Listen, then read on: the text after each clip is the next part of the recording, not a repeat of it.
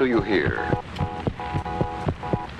You guessed it, the beating of a human heart, one of the most amazing machines on Earth. The normal human pulse is between 70 and 80 beats per minute, yet this rhythm varies every time we move or change position.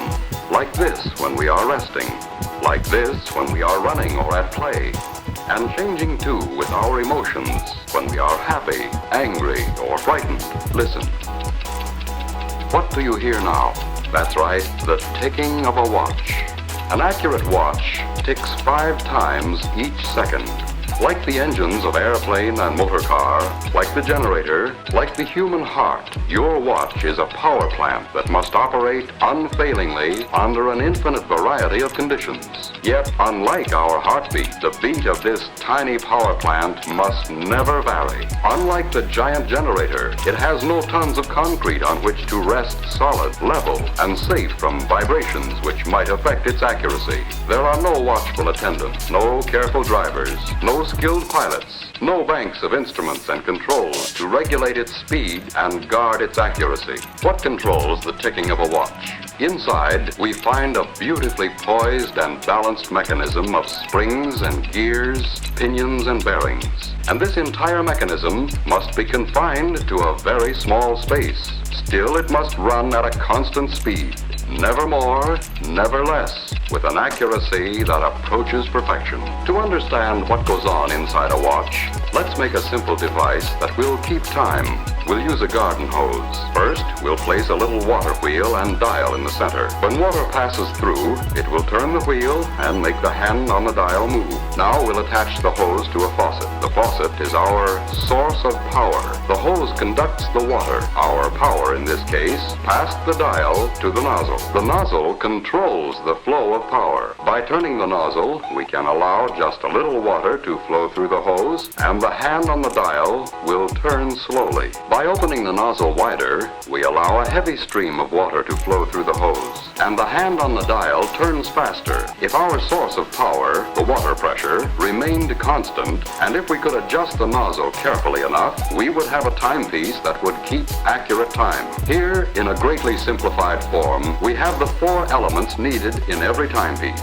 A source of energy or power, a means of transmitting power, a dial to record the flow of power, and a way to control the power. Now let's see what these 4 elements are like in our watch. First, we'll take our watch apart, like this. We'll begin with this part, the mainspring and barrel assembly. And so we can see everything that goes on inside, let's use giant parts to make a watch model. This is the mainspring, and it lives inside the mainspring barrel. The mainspring is the power plant of the watch, the source of power, like the faucet in our water clock. By winding the spring, we can store up energy. Here is a winding stem with gears and a click to keep the spring from unwinding, and here is the unit that controls the flow of power, like the nozzle on our hose. It is called the balance wheel and hairspring assembly. It consists of the balance wheel, hairspring, balance staff or axle. Fastened to the balance staff is a part called a roller. To the roller is attached an upright jewel pin.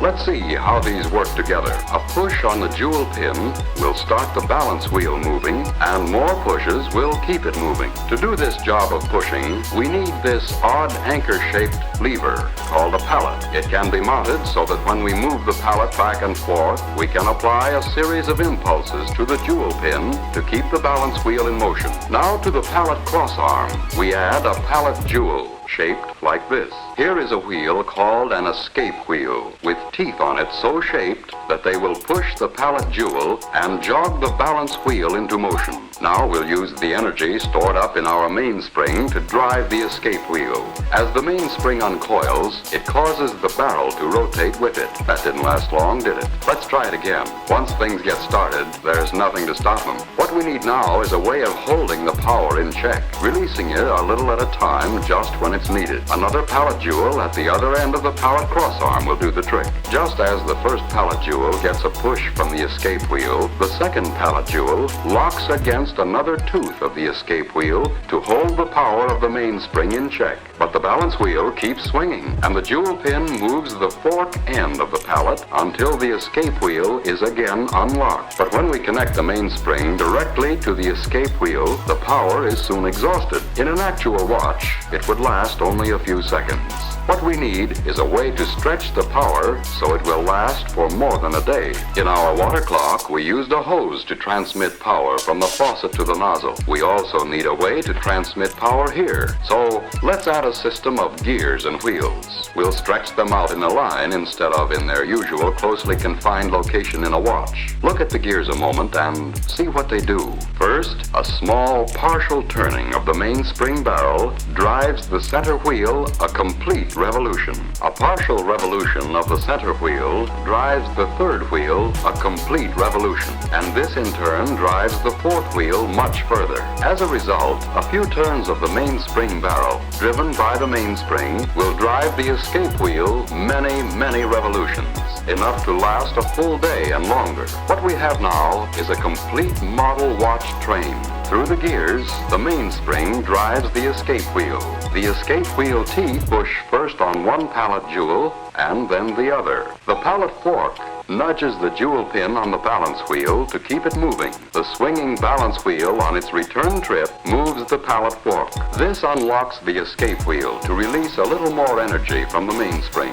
Back and forth the balance wheel swings, controlled by its small coiled spring, the hairspring, in perfect rhythm. Each swing unlocks the escape wheel so it can give an extra push to a pallet jewel, and this is passed on to the balance wheel assembly to keep the watch ticking far more steadily than any beating heart. All we have to do now to measure time is count the ticks. But this would be a tedious job and not very practical. Just as we needed a dial on our water clock, here too we need a method for recording the flow of power. So to the shaft of this gear or wheel, we add an indicating hand to measure seconds. As the gear train of a watch moves far enough to make 5 ticks of the escapement, the second hand moves 1 graduation on its dial. To count the minutes, we can attach a dial and fasten a pointer to this gear wheel, which is just the right size so that it turns 1 complete revolution while the second hand makes 60 revolutions. And to count the hours, we can have another pointer geared just so to move 1 complete revolution every 12 hours. The second hand makes a complete revolution, and the minute hand moves 1 graduation. And when the minute hand makes a complete revolution, an hour has passed. Now we can tell what time it is. But a gear train all strung out like this is a long way from an actual watch. Let's let our model do a bit of rearranging all by itself. Now we know what time it is, and how and why we know. A fine watch itself is, of course, a compact precision mechanism with parts miraculously small and fashioned by craftsmen with incredible accuracy. But the basic principles are those we have just seen, frequently applied on a scale almost microscopic to produce the world's most accurate portable measuring instrument. In a truly fine watch, there are many things which make possible the accurate control and release of power. Jewels, for example. Many people correctly believe jewels increase the value of a watch. They increase the value all right, but not by being ornamental. Jewels are in a watch strictly for business. They add to the value only when correctly placed and used. They are the bearings which lessen friction, increase the regularity of the running, and greatly extend a watch's life of dependable service. Harder than the finest steel, these tiny surfaces are finished so smoothly they reflect images like a camera lens. And working with oil, it takes a drop no larger than a pinhead for the entire watch. There is almost no friction. If any single part of a watch can be called more important, it's the hairspring. It absorbs and gives out an equal amount of force with each beat or swing at regular intervals. In a fine watch, the hairspring has uniform thickness throughout its whole length, is polished to a mirror-like finish, and made of metal still relatively unaffected by magnetism or changes in temperature. It can be apparently distorted, but it always returns to perfect shape. Hairsprings are overcoiled, like we see here, to allow the spring to breathe evenly. Were this not done, the spring would coil and uncoil unevenly, fluff out on one side, and interfere with the accuracy of the watch. Because a watch is required to run in any position, to be accurate, the balance wheel must be perfectly balanced in any position. This is done by poising. The wheel is poised when there is no effect of the pull of gravity reflected in its action on the knife-like edges of the instrument which checks it. With perfect poising, and with the hairspring centered on the balance wheel, it runs accurately in any position all the time. And it's the same with all the parts. The tiny screws, scarcely larger than a speck of dust, the exceedingly small shafts, the precisely made gears and pinions, the sturdy nickel-silver plates and bridges. Every part is made with utmost precision, precision which approaches perfection. When we look at the almost invisible parts, understand what they are required to do, realize the uncanny skill needed to make a fine watch, we can easily understand why it is a masterpiece of precision and accuracy. Here is a truly wonderful mechanism. With it, you can accurately measure the passing of time and record that passing for your use and convenience. But this mighty little servant is a creation of beauty too, a precious possession to be worn with pride and confidence.